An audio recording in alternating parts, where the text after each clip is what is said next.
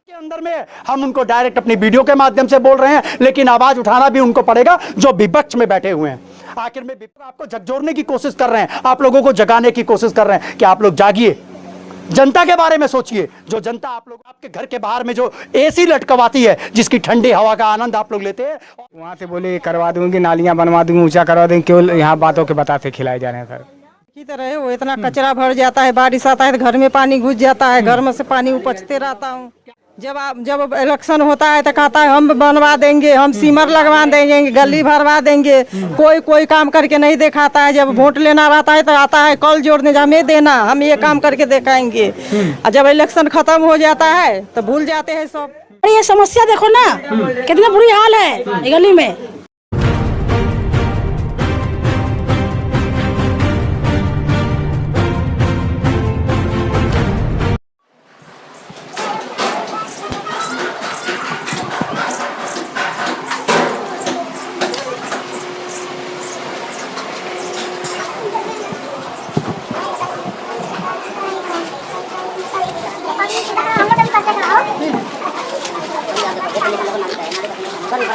पूरा खाने के लिए आते हैं, गाड़ी भी आती है, पूरा खाने के लिए आते हैं।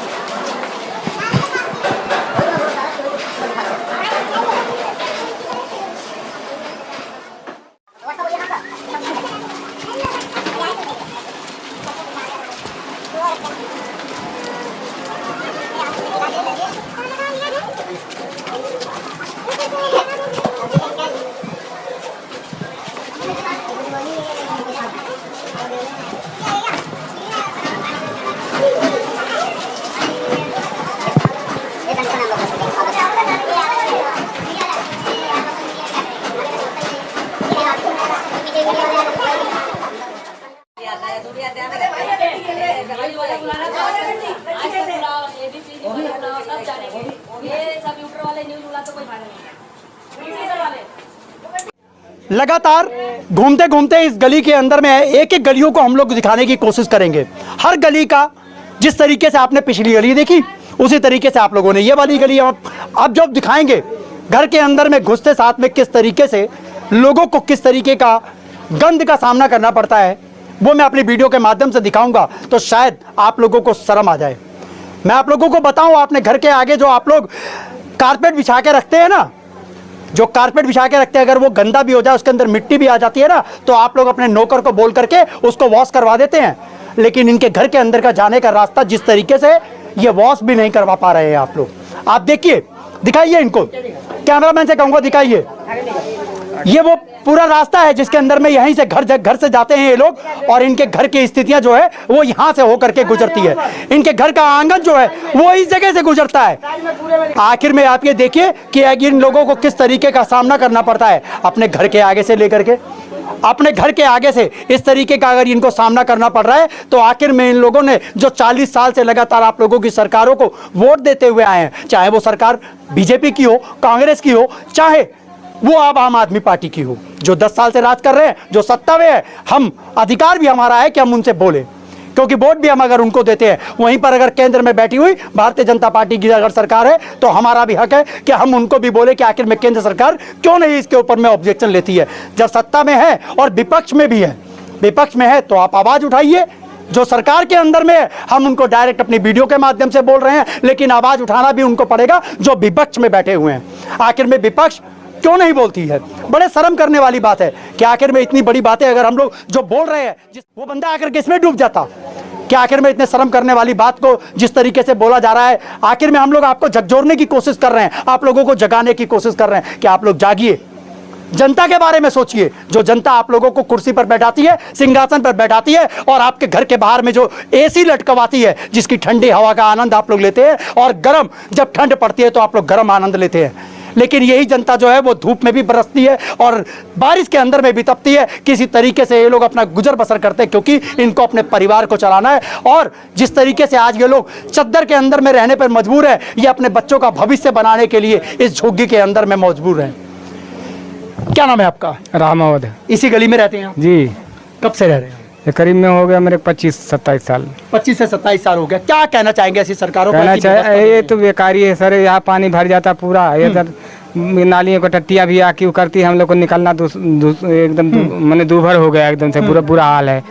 अब यहाँ की हमें सोच रहे थे क्या मतलब यहाँ भी विकास हो थोड़ा, हम लोग भी इंसान हैं, कोई जानवर तो है नहीं हम लोग। आपके यहाँ का पूरा नाम क्या है? इस पूरे बस्ती का पूरा नाम क्या है और कौन से विधानसभा में? ये टाली आलान बस्ती है, हाँ। आनंद पर्वत 10 नंबर गली पड़ता है ये। और ये विधानसभा अपना कौन सा है? सदर क्षेत्र है। सदर क्षेत्र का जो सदर किशनगंज क्षेत्र, वाला पड़ता है हाँ, आपका ये? हाँ जी। आपके विधायक का नाम क्या पता है आपको? सोमदत्त। सोमदत्त नाम है। और निगम पार्षद? निगम पार्षद पूजा जी। निगम पार्षद पूजा जी हैं। आप लोगों ने कभी कंप्लेंट करने की कोशिश करी? कई बार किए जी। क्या रिस्पॉन्स मिला वहाँ पे? वहाँ से बोले करवा दूंगी, नालियाँ बनवा दूंगी, ऊंचा करवा देंगे, केवल यहाँ बातों के बताते खिलाए जा रहे हैं सर। जमीनी स्तर पे कोई काम नहीं? कोई काम नहीं, कुछ भी नहीं, मतलब कुछ भी नहीं। जमीनी स्तर पे अगर काम हो जाता तो शायद मुझे आने की जरूरत नहीं पड़ती, यहाँ पे मीडिया आने की जरूरत नहीं पड़ती। जमीनी स्तर के ऊपर में काम ही नहीं होता है। अगर जमीनी स्तर पर आकर के अगर काम करते थे तो शायद कभी आप लोगों को हमें जताने की भी जरूरत नहीं पड़ती कि आप लोगों ने काम नहीं किया है। ये सबसे बड़ा सवाल होगा। क्या नाम है आपका? आप यहीं रहते हैं? हाँ जी, सीमत। आप में महिला है और पूरा दिन भर घर में रहते हैं आप। हाँ जी, हाँ। कैसी कैसी दिक्कतों का सामना करना बहुत दिक्कत है, बैठने में, आने जाने में, बच्चे को आने जाने में, पढ़ाई लिखाई में, सब चीज में दिक्कत है। पूरा गट यहाँ तक पानी भर जाता है। इस व्यवस्थाओं के साथ में तो बच्चों का जो भविष्य है वो तो कहीं ना कहीं अंधकार में जा रहा है। हाँ, बहुत दिक्कत हो रहा है, बहुत जहाँ दिक्कत। पर एक तरफ नारे दिए जाते हैं कि बच्चों को पढ़ाइए और बच्चों को आगे बढ़ाइए, लेकिन कैसे बढ़ाएंगे जब ऐसी व्यवस्थाएं होंगी? जब ऐसी व्यवस्थाएं होंगी, इस तरीके का माहौल होगा, तो क्या इस माहौल के अंदर में क्या बच्चा आगे बढ़ पाएगा? जब उसको रोजगार मिल पाएगा? अगर रोजगार नहीं मिलेगा तो कहीं ना कहीं गलत संगत के अंदर में जा करके और गलत काम करेगा, और उसका नतीजा जो है उसके माँ बाप को, उसके पेरेंट्स को, उसके घर वालों को जा करके भुगतना पड़ेगा, उसके समाज को भुगतना पड़ेगा। और अगर समाज जिस तरीके से खड़ा होता है तो कहीं ना कहीं फिर उसकी वो बुराई करने लग जाते हैं। लेकिन सबसे बड़ा कारण है बेरोजगारी, या यूं कहूं कि डेवलपमेंट जिस तरीके से होना चाहिए हमारे दिल्ली का, हमारे क्षेत्र का, हमारे जो राजधानी है दिल्ली, नहीं हो रहा है। ये जमीनी हकीकत है जो मैं लगातार अपनी वीडियो के माध्यम से आप लोगों को बता रहा हूँ। क्या नाम है आपका? सुदामा देवी। रामा दी, आपको क्या क्या दिक्कतों का सामना करना पड़ता है? क्या दिक्कत है देखी तो रहे हो, इतना कचरा भर जाता है, बारिश आता है तो घर में पानी घुस जाता है, घर में से पानी उपचते रहता हूँ। क्या कहना चाहोगे ऐसी सरकारों के बारे में? क्या कहना चाहते हो? जब इलेक्शन होता है तो कहता है हम बनवा देंगे, हम सीमर लगवा देंगे, गली भरवा देंगे, कोई काम करके नहीं दिखाता है। जब वोट लेना रहता है तो आता है कल जोड़ने, हमें देना, हम ये काम करके दिखाएंगे। और जब इलेक्शन खत्म हो जाता है तो भूल जाते हैं सब। यही बात है। चाचा जी हमारे साथ में, आप इधर आइए। चाचा जी, क्या नाम है आपका? गंगा सैनी। गंगा जैनी नाम है आपका? सैनी। गंगा सैनी। गंगा सैनी जी, आपकी उम्र कितनी होगी? तकरीबन 50 से ऊपर ही हुए। आपके सामने कई बच्चे हैं जो जवान भी हो गए होंगे। हाँ, हो गए हैं, लेकिन यहाँ पर विकास पैदा नहीं हुआ। नहीं हुआ तो अभी तक नहीं। राजनीति का विकास पैदा हुआ क्या? राजनीति का विकास वही चल ही रहा है, जैसे उनका चलता है, चलता रहता है। लेकिन राजनीति जो है वो कभी खत्म नहीं होगी, चाहे गंदी राजनीति हो, लेकिन यहाँ पर विकास नहीं होगा। यहाँ पे नहीं हो रहा है सब। सलम बस्तियों में आपने हमेशा देखा भी होगा वीडियो के अंदर में, क्या सलम बस्तियों में लगता है आपको कि विकास हो रहा है जमीनी स्तर पर? नहीं, इधर नहीं। समाचारों में भी आपने सुना होगा। और सबकी हो सकता है, लेकिन यहाँ तो हो नहीं रहा, अभी नहीं हो रहा है। और तकरीबन में आपको 40 साल से ऊपर हो चुका हाँ हाँ, है, लेकिन कुछ नहीं, कुछ नहीं हो रहा है। क्या नाम है आपका? हाँ, बताइए, नाम बताइए। नीलम नाम है। क्या कहना चाहेंगे? हमारी ये समस्या देखो ना, कितना बुरी हाल है ये गली में। अपने निगम पार्षद से और विधायक से क्या कहेंगे? क्या कहेंगे? हम तो ये कहा कि हमारे रोड खरंजा बना दीजिए, रोड में आइए, हमारे की है, हम फिर किचन में बसा हुआ है बिल्कुल ही। सीवर तक की कोई व्यवस्था नहीं है, कच्ची नाली है, कच्ची नालियाँ बनाए, वो भी हाथ से भी बदतर कर दिया इन्होंने। बिल्कुल है, कीड़ा है इसमें चल रहा है। तो देहात भी बहुत अच्छा हो चुका है। मैं दिल्ली से भी मैं बता रहा हूँ आपको, मैं खुद जाता हूँ जब देहात के अंदर में, वहाँ पे देखता हूँ लोगों के वहाँ पे उनका सीवर खड़ंजे नहीं, अब वहाँ पे पक्की आरसीसी जो डलती है वो डल चुकी है। लोग जो है वहाँ पे फराटे से गाड़ियाँ लेकर के चलते हैं। लोग जहाँ पे 2 व्हीलर नहीं लेकर के जा पाते थे वहाँ पर 4 व्हीलर गाड़ियाँ निकलती है, ट्रक निकलते हैं। लेकिन यहाँ पर पब्लिक नहीं चल सकती है। उनको अगर एक पैर अगर आगे चलते हैं तो दूसरा पैर आगे रखने के लिए सोचना पड़ेगा। चल रहे हैं, लगता है कि आपकी ये गाड़ी चलाने लायक रास्ता नहीं। क्या लगता है आपको कि एक जो दोहरी राजनीति चली जा रही है खाली स्लम कॉलोनियों के लिए लग रहा है या नहीं? ये रोड बननी चाहिए। और इसके लिए आप किसको श्रेय देंगे जो ऐसा रह गया? जो काउंसलर है, जो एमएलए। क्या कहना चाहेंगे आप अपने अपने अगर आपको वो सामने होते तो आप क्या कहते?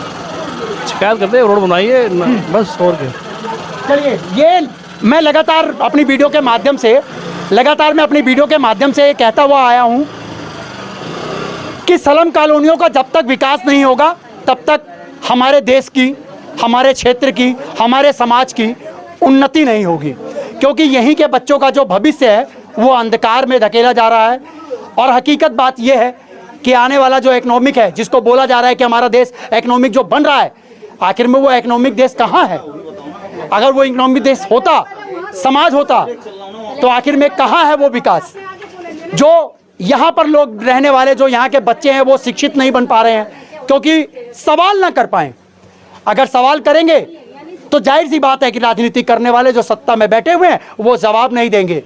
सवाल करने वाला कोई ना हो, हमें कुछ कहने वाला कोई ना हो, और हम अपनी दोहरी राजनीति को जो है इसी तरीके से चलाते रहे और अपना घर भरते रहे, अपने बच्चों को विदेशों में पढ़ाते रहे, और गरीब का बच्चा जो है वो आज भी सरकारी स्कूलों में पढ़ता रहे और पढ़ता रहे। बाकी इन्हीं सभी खबरों के साथ में मैं आपका दोस्त व्यास कुशवाहा, VS News 48 दिल्ली के लिए।